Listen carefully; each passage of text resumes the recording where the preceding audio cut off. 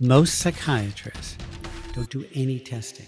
There are mental health clinics where they do not allow their doctors to do any blood testing. Wow. And I'm assuming you're doing consistent testing on your patients. I couldn't evaluate a depressed patient without looking at hormones, without looking at nutritional deficiencies, without looking at a list of 15 or 20 factors. So someone comes in sad, they don't think about hormones, nutritional deficiencies, iron or B12 or vitamin D, all associated with depression. Our mental health model doesn't look at any objective testing. It's just prescribing medications. Vitamin B12 is one of the greatest tragedies in medicine because not only do most people not do the blood test, but the norms are very off. They're depressed, they go to a PCP, they get a blood level of 220, and someone says it's normal, and they struggle for years. And then somebody who understands B12 sees them, gives them a B12 shot or two, and the depression lifts. I mean, what's the block? I mean, the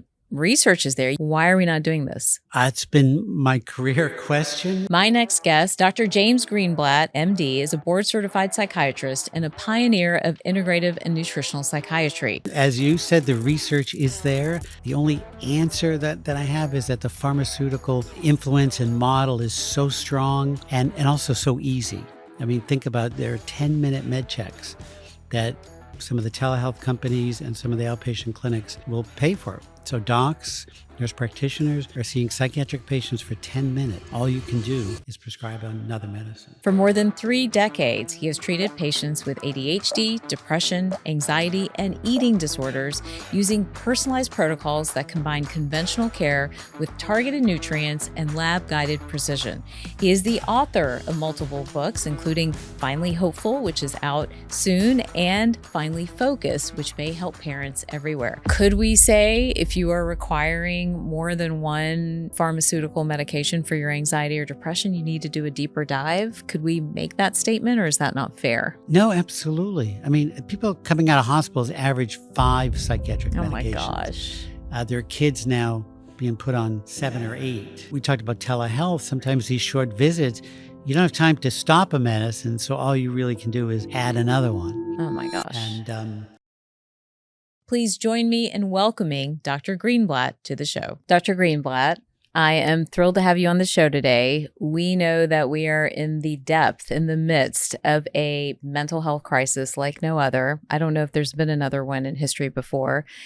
And we need help. You know, I think I meet people every single day in practice who, if they're not suffering from some kind of low-grade anxiety, it's going on or moving on to depression, moving on to things like eating disorders, moving on to so many different other conditions. And sort of the paradigm I feel of just doing counseling or just doing therapy is kind of not working. And I want to take some time to dive deeper into what's happening out there and what our options and solutions are, because I know if as a physician I'm frustrated, I can't imagine what patients are feeling like and what even the rest of the medical community is feeling like. So I'm really happy you're on the show today and excited to get your viewpoint. You have a book coming out called Finally Hopeful. So talk to us a little bit about how you are seeing this evolving mental health crisis, why you think depression is so on the rise, and then we can go from there. Sure. It's great to be with you. I think I've shifted the term rather than a mental health crisis, because being a psychiatrist for 30 years, I've been seeing it for 30 years. I've changed the term, which I think is more meaningful right now, to the model of our treatment is in crisis. Ooh, So like our that. current model, as you suggested, psychotherapy, or we put the psychiatrist or primary care doctor, medications, it just hasn't been sufficient. So we have such large numbers of patients that haven't been benefited from psychotherapy or medications. And that's the model of care that you and I have been involved in, integrative and functional medicine, that has to get into the treatment plan for treating depression. And that's been what I've devoted my career to. So having a career that spanned 30 years, you don't really think the incidence is up necessarily of people having anxiety and depression. You know, am I understanding that correctly? You don't really think that. I feel like it's more and more and more people, but you're saying really the number of people might have been the same. Our model is just failing us. Well, no, it's absolutely increasing. That's clear to me. But I think when the press uses those terms or researchers uses those terms, all we get is more stats about how it's increasing, and nobody's looking at why. And that's where I think the model of care is just Band-Aids. And how do we get here? Like, why do we think the model of care exists the way it does today? I know you and I think very differently about how to take care of somebody who has anxiety or depression. But I'm just curious because I feel like the field of psychiatry and the field of just dealing with mental health disorders continues to go through these tumultuous times, so to speak, right? Like, so I'm curious, like, give us a little bit of an overview of how this field has evolved and what's different about the way that you practice. Sure. I mean, I think psychiatry has gone in cycles over 100 years because we don't understand the brain. So we desperately try, whether it's shock treatment or what happened, in the 70s and 80s is medications. Mm-hmm. So we started developing safer medications. So it was easy to prescribe Prozac. And some people got better. So we got stuck on that kind of pharmaceutical, what I call symptom-based approach. Someone's Right. sad, so we give them an anti-sad medication. Initially it was Prozac. Now we have many.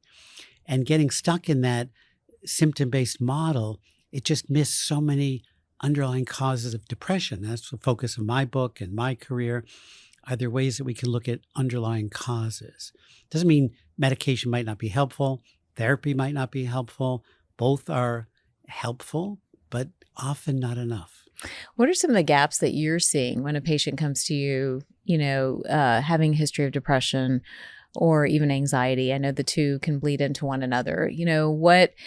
As you're evaluating some of these patients, like for me, for example, one of the things that I keep seeing over and over again is so much of this depression being triggered by changes in hormone levels, right? Like high androgens in our young people, like our young girls, or low estrogen, as women change through different phases of life. And we're seeing like the onset of depression or depressive symptoms, So that's a gap that I see on my end. What do you see on your end frequently?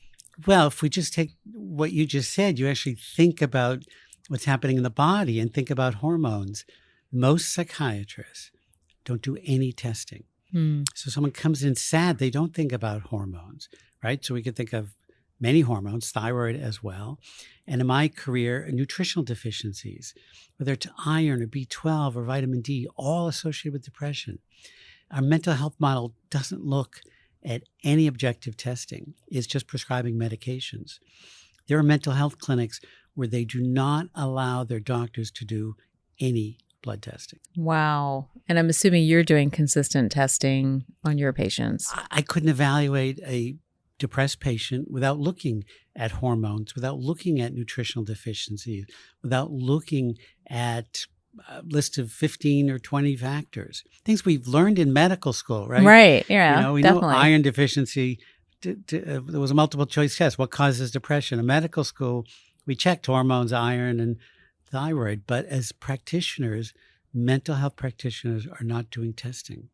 And is it not, what's the block? Is it not covered by, the research is there. You can't even say, like, so many people will throw, well, this is not evidence-based. And the research is there. There is evidence-based research when it comes to connecting the dots between nutritional deficiencies and depression, or hormones and depression.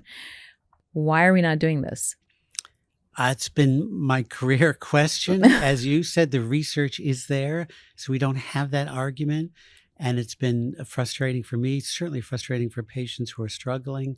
I think things are changing a bit. The only answer that I have is that the pharmaceutical influence and model is so strong and also so easy. Think about there are 10-minute med checks that some of the telehealth companies and some of the outpatient clinics will pay for. So docs, nurse practitioners are seeing psychiatric patients for 10 minutes. All you can do is prescribe another medicine. Okay, I'm going to ask you a controversial question. How do you feel about this sort of explosion of the quick telehealth visit? We now have it niched out for lots of different areas, right? You can do a quick telehealth visit for your GLP-1. You can do a quick telehealth visit for your hormones. Apparently now you can do a quick telehealth visit for your psychiatry medications as well. I'm just curious, as someone who's a veteran in the field, like how you feel about some of that care. Concerning would be the overarching word. Absolutely. I mean, it takes hours to take a psychiatric history, because not only are you looking at the person as an individual, but as a integrative functional doc, we want to look at their biology and their genetics. So it really takes a long time. Yeah, I have the same issue. And I think you and I are aligned on something. You talk about the whole body map, right? You talk about how we can quickly try to understand the whole body. I talk about, sort of the 5 bodies is what I talk about, and how they intersect and intertwine to create all kinds of different conditions and presentations, but tell us what you mean when you say the whole body map. What are you referring to there? Well, sometimes when I give talks, I have first slide is just a picture of a neck, Mm-hmm. and I call it Anatomy 101 for psychiatrists, just to help people understand that, what happens in the brain affects the body and vice versa. So it really is just looking at all the lifestyle, nutritional, and genetic factors that affect that individual. And if you ignore one, and too many of our colleagues are just over-focused on just one part, the genetics or the hormones, but everyone's different. And that's kind of the core of my work, is being able to look at their individual different genetics and biochemistry to treat depression. Are there types and patterns that you're seeing? Like, are you able to, for somebody listening, if they're trying to understand, well, that's a lot of information. There are a lot of different factors. How do I synthesize this information, make it applicable to me? Are there some general patterns that you're seeing that are getting missed? Yes, but it does take time, and it is Right. complicated, and that's challenging. And that's why I wrote the book, Finally Hopeful, try to outline some of the things individuals can do. Ask their doctor. Vitamin D is obviously A in big the news. one. Yeah. And people talk about it for bones and calcium, and now we can talk about it for immune function.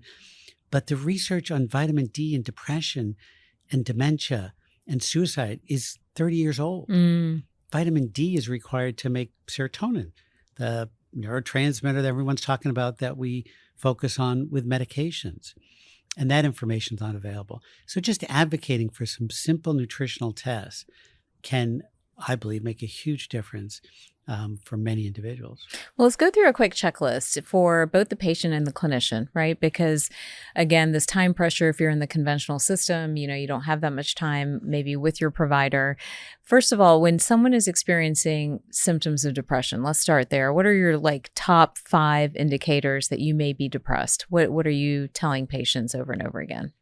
Well, I would think looking at a series of blood tests. So vitamin B12 Mm-hmm. is, I've used the term, one of the greatest tragedies in medicine, because not only do most people not do the blood test, but the norms are very off.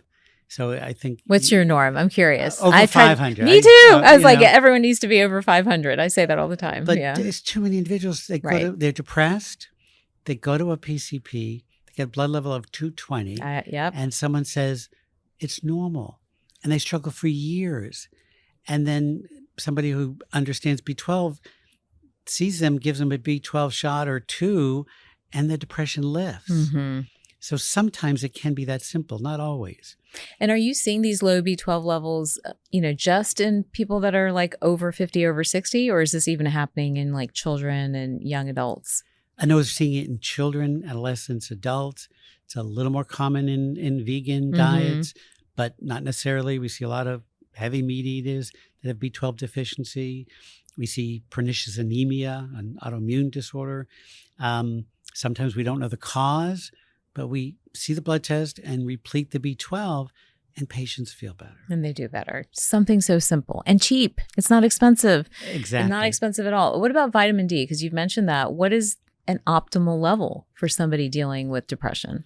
Well, the first goal is testing. Right. So many people don't test. And I've seen undetectable vitamin D in darker skinned individuals. We've seen very low levels. I try to get levels between 40 and 60. Okay. But certainly in the mental health world, anything under 30, we would try to treat.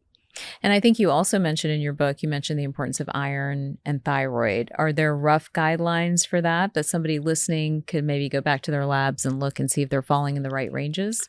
I think for both of those, the lab values are guides and can be helpful. But nobody's testing. So if we tested, at least as a psychiatrist, I might send someone back to their PCP and said, you have low thyroid, you need treatment. The iron, I think the levels work. It's just getting those tests. We just don't think of iron deficiency in a 32-year-old adult, but we see it. And even with thyroid, I feel like that range is not where it needs to be. A normal TSH can go as high as 5.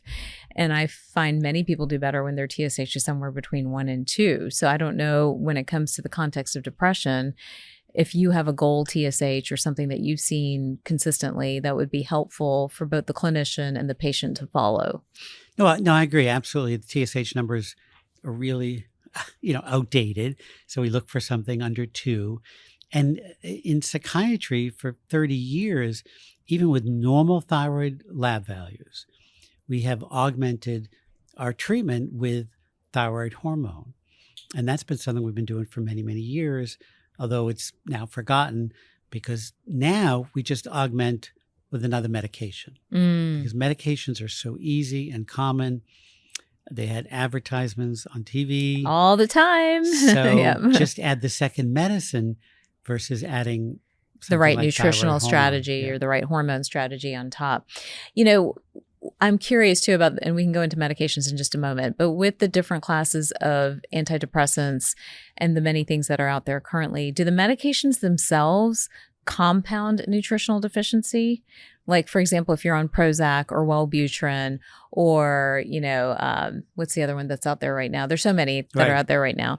If you're on one of these medications, are they in turn making a nutritional deficiency worse? Are there things people should be thinking about if they're on their antidepressants and maybe noticing some things are a little bit better, but some things are a little bit worse? Yeah, I'm not sure that the side effect profile of the antidepressants, which is long, and it gets in the way of compliance, people trying to stay on these medicines for a long time, not necessarily related to nutritional deficiencies. What we have found, though, and the research goes back many years, is nutritional deficiencies will result in a poor response to the antidepressants. Oh, interesting. Going back to B12 and iron and D, or other nutritional deficiencies as well? Other as well. I mean, folate was the one that was mostly studied. If someone had low folate, they didn't respond to the antidepressants as well, and they had a higher relapse rate. So nutrition plays an important role. And a big part of my career has been in the field of eating disorders, where we've had malnourished individuals, men and women, and medicines don't work at all. And there's no approved medications, even the antidepressants. So with eating disorders, which is another touchy area, right, where I honestly see more failures than I see successes.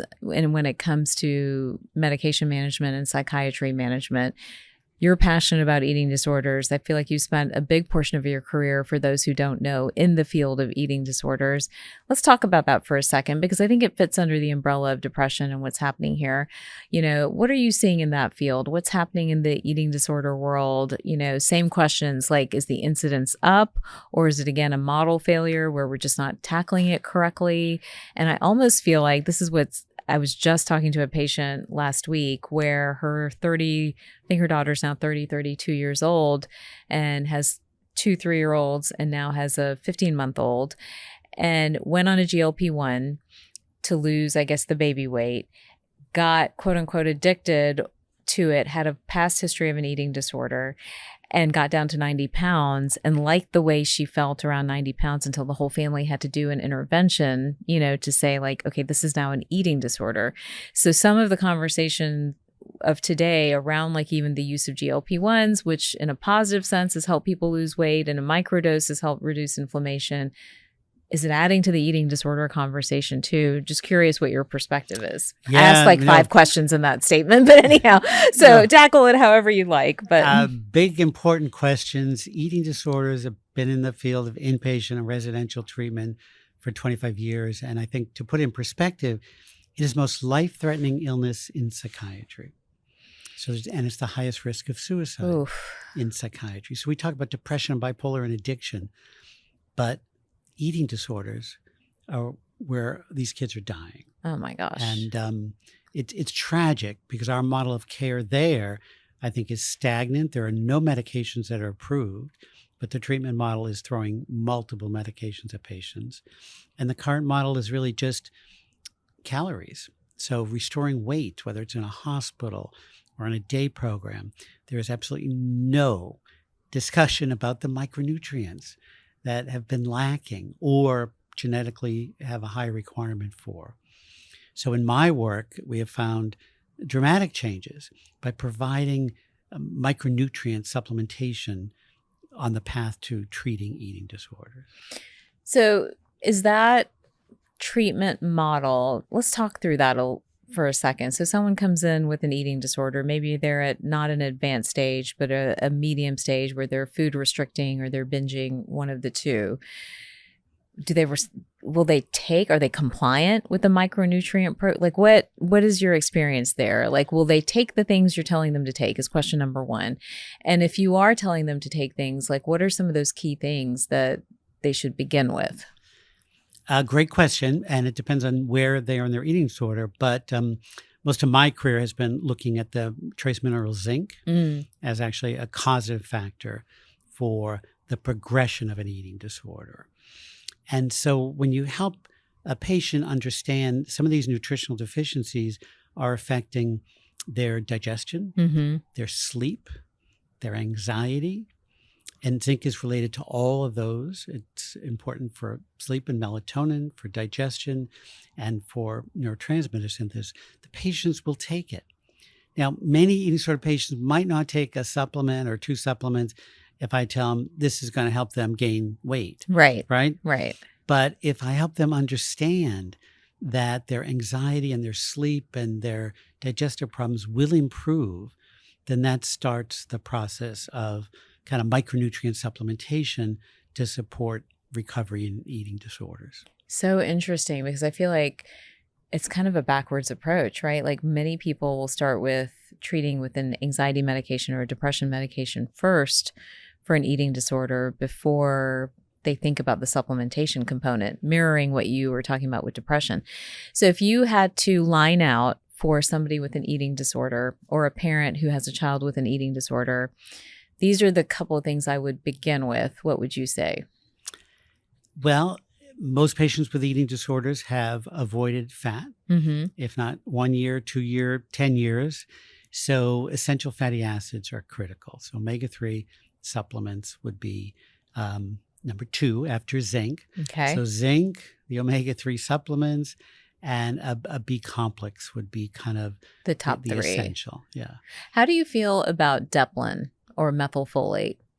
Well, I think in our work with both eating disorders and depression, we do look at kind of genetic variants, the MTHFR gene, to see if someone has a hard time processing folate. And so it's part of our practice every day. I find some of the medical foods like Deplin, sometimes too high a dose. And some people can get agitated Can't or anxious. tolerate it, yeah. But we do recommend supplementing with L-methylfolate, particularly for those with those genetic variants. So mainly for MTHFR, SNPs, is Correct, that yes. probably the main group? For those of you, Deplin is methylfolate. It comes in now prescribed doses of 7.5 and 15 milligrams, I believe.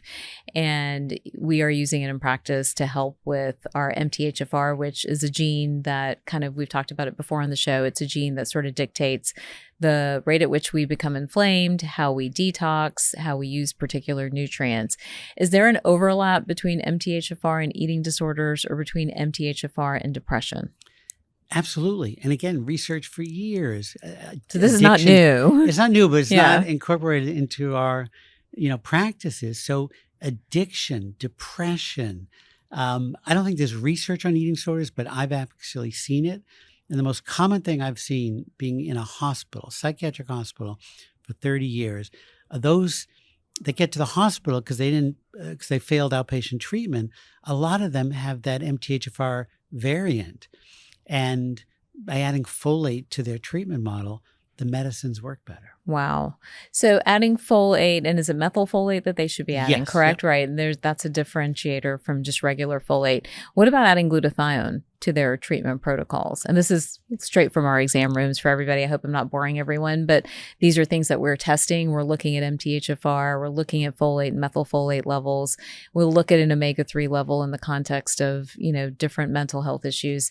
But do you find glutathione, which is a problem many people with MTHFR have? It's an antioxidant that supplies energy to the cells.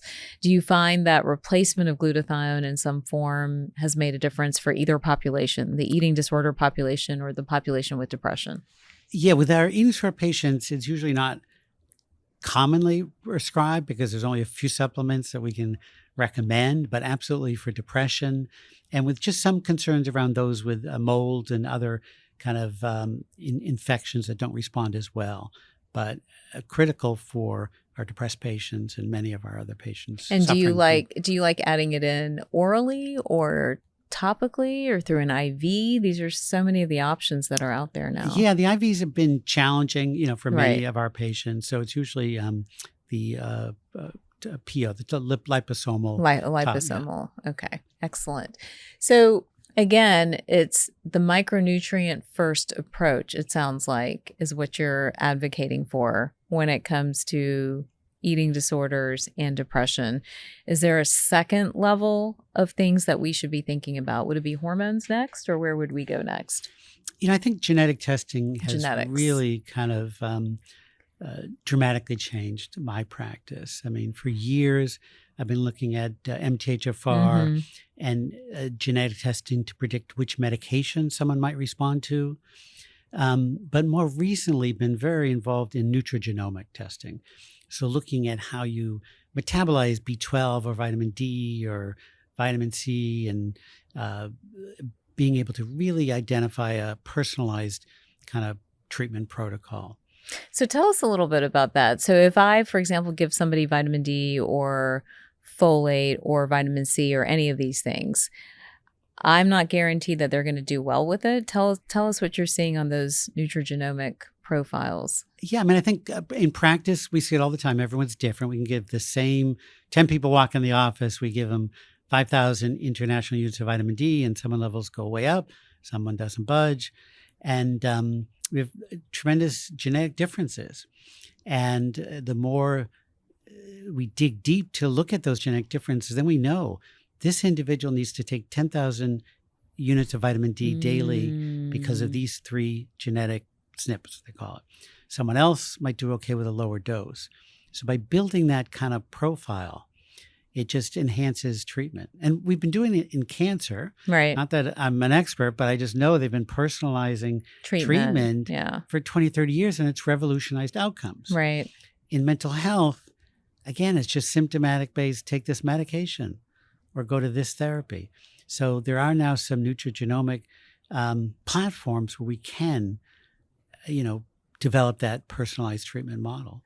Can a patient ask for those in a clinic setting, or do they order it on their own? Like, what do you advise if they don't have access? Well, I think it's always challenging, right. but the answer is always find a integrative and functional trained psychiatrist and mental health professional, and there are growing numbers. It's really much easier to say that now than it was 10 years ago, certainly 20 years ago. So genetics are a big part of the conversation. In practice, we've been doing, we flip-flop doing 2 different tests that can match genetics to not nutraceuticals as much, but map genetics definitely to medications. Do you find value in that kind of information? I think we use GeneSight, then we use PGX1, and, we brought them both in at different points of the practice.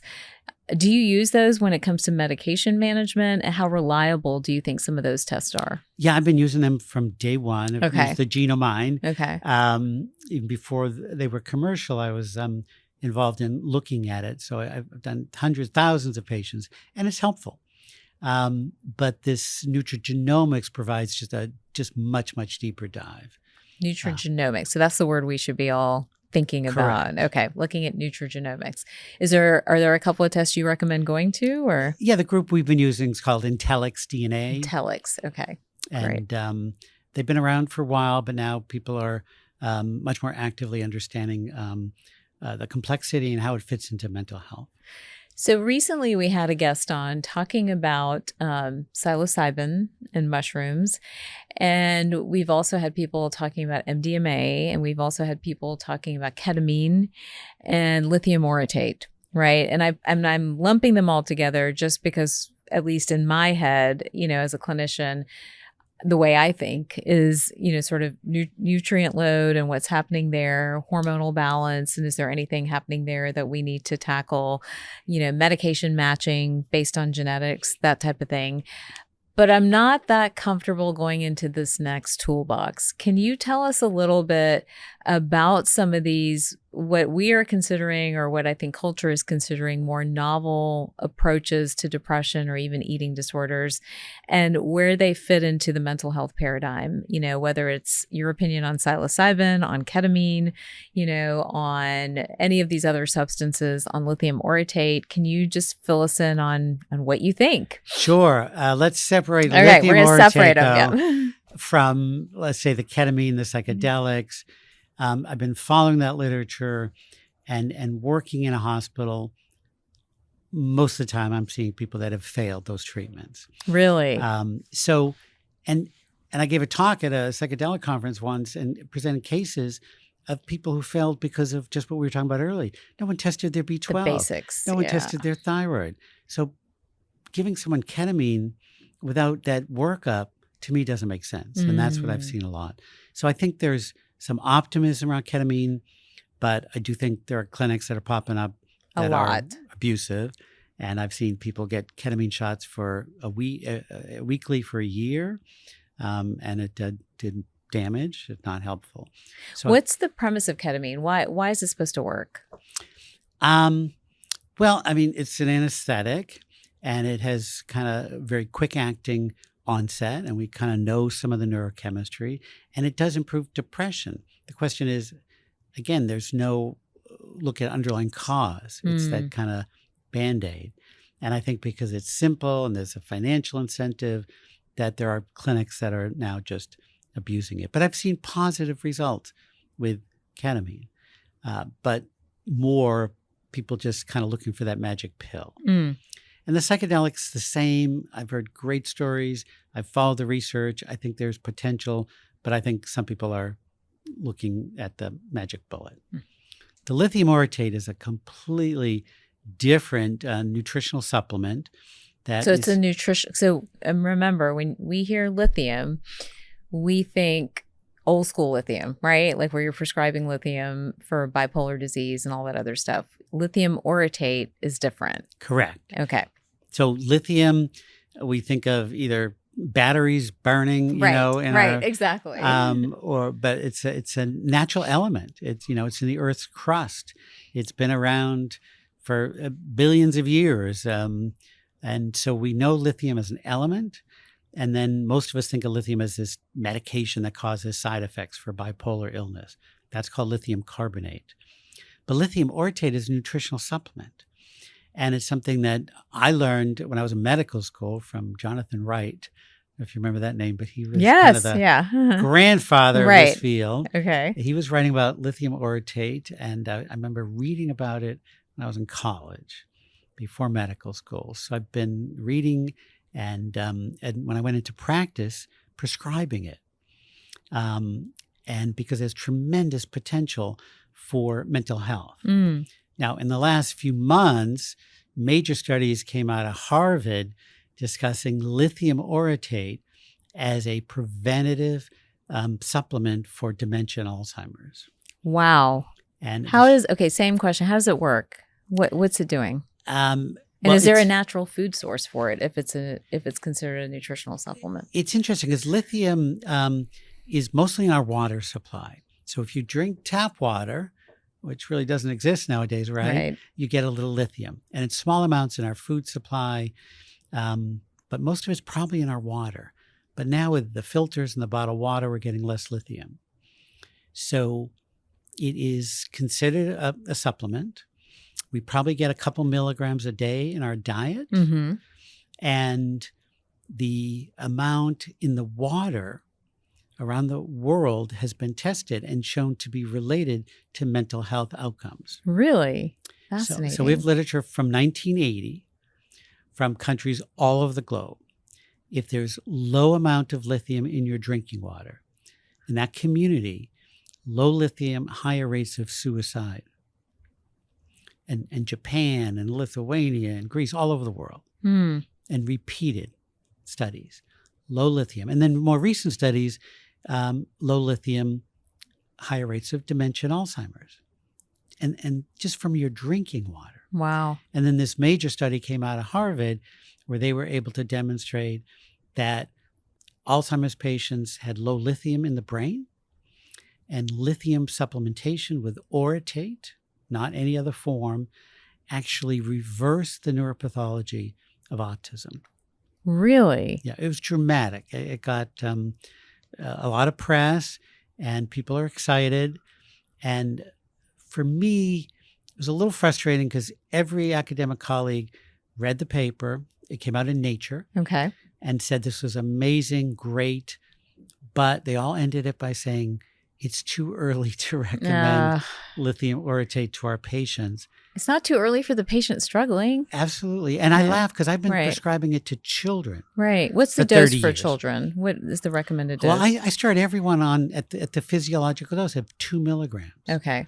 So gotcha. it's safe. It's what some of us get in our diet from eating, foods.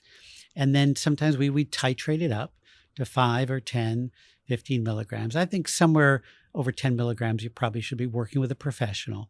But absolutely quite convinced lithium orotate is safe at these dosages of 2 to 10 milligrams. This is groundbreaking. Now, what about in the eating disorder community? Does lithium orotate have a role for those patients as well?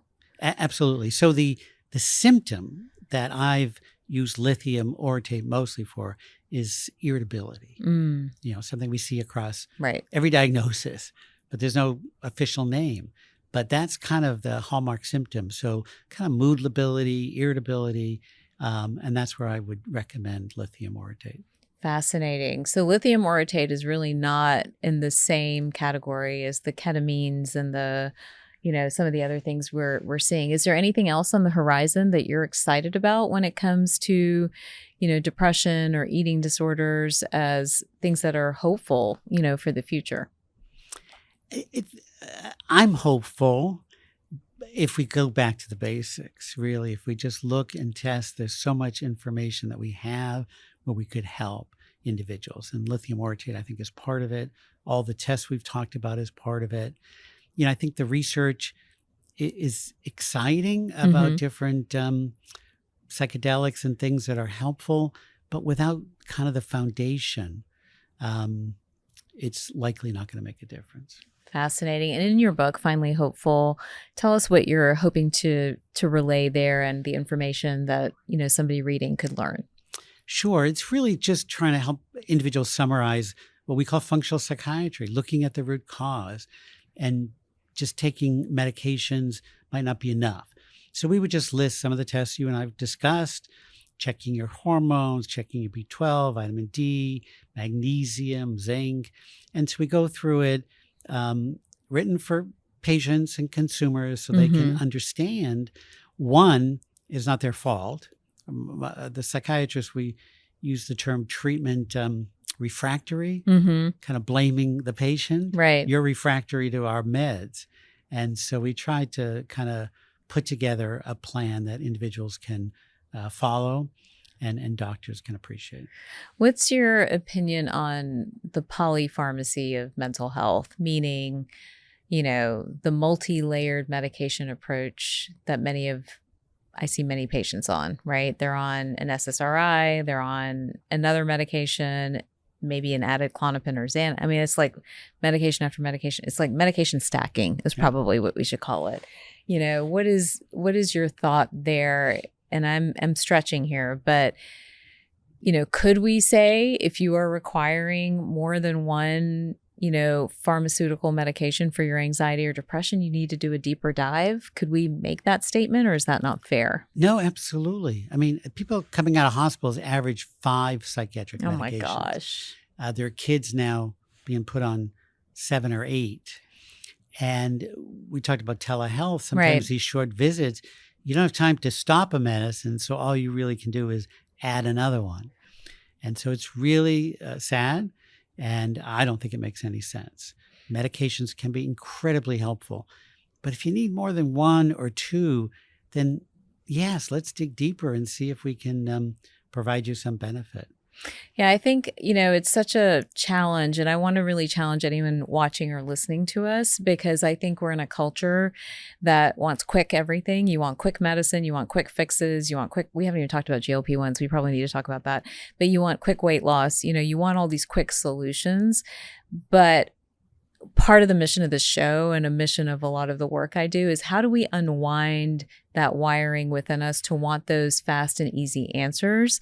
Because I think as the medical community, the business community, everybody continues to run in that direction, and I did an episode even about AI and are doctors going to be relevant? I think as everyone runs in that direction, I think we're going to continue to be disappointed with the results, because unfortunately, fortunately, the human body is interconnected. And if we don't understand how all these things work together, we continue to do a disservice no matter how fancy or sexy the technology is, And so I hope anyone watching or listening to us is kind of paying attention. What you're essentially saying, we got to slow down. We have to take a holistic approach. We have to look at all the determinants, starting with nutrition, moving on to hormones, then thinking critically about medication and medication management, and adding in some of these other things that are a little bit gentler on the body to make a difference, when it comes to depression and even eating disorders. So, I hope that message is getting across, because I know it's counterculture, so to speak. Are you hopeful that we're going to be able to change medicine and the delivery when it comes to your field? Yeah, things are changing. Now we're giving lectures at traditional psychiatric conferences. Our traditionally trained psychiatrists and young doctors are looking for this information. Well, that's encouraging for sure. And I want to quickly, I know we're almost on time, but there are 2 populations I feel like I want to talk about. Actually, before you even walked in, I was talking about a study around dopamine and dementia and Alzheimer's and the connection between the two, and how, inadequate dopamine production and regulation is connected to some of this dementia and Alzheimer's. Is that something that you've seen as well?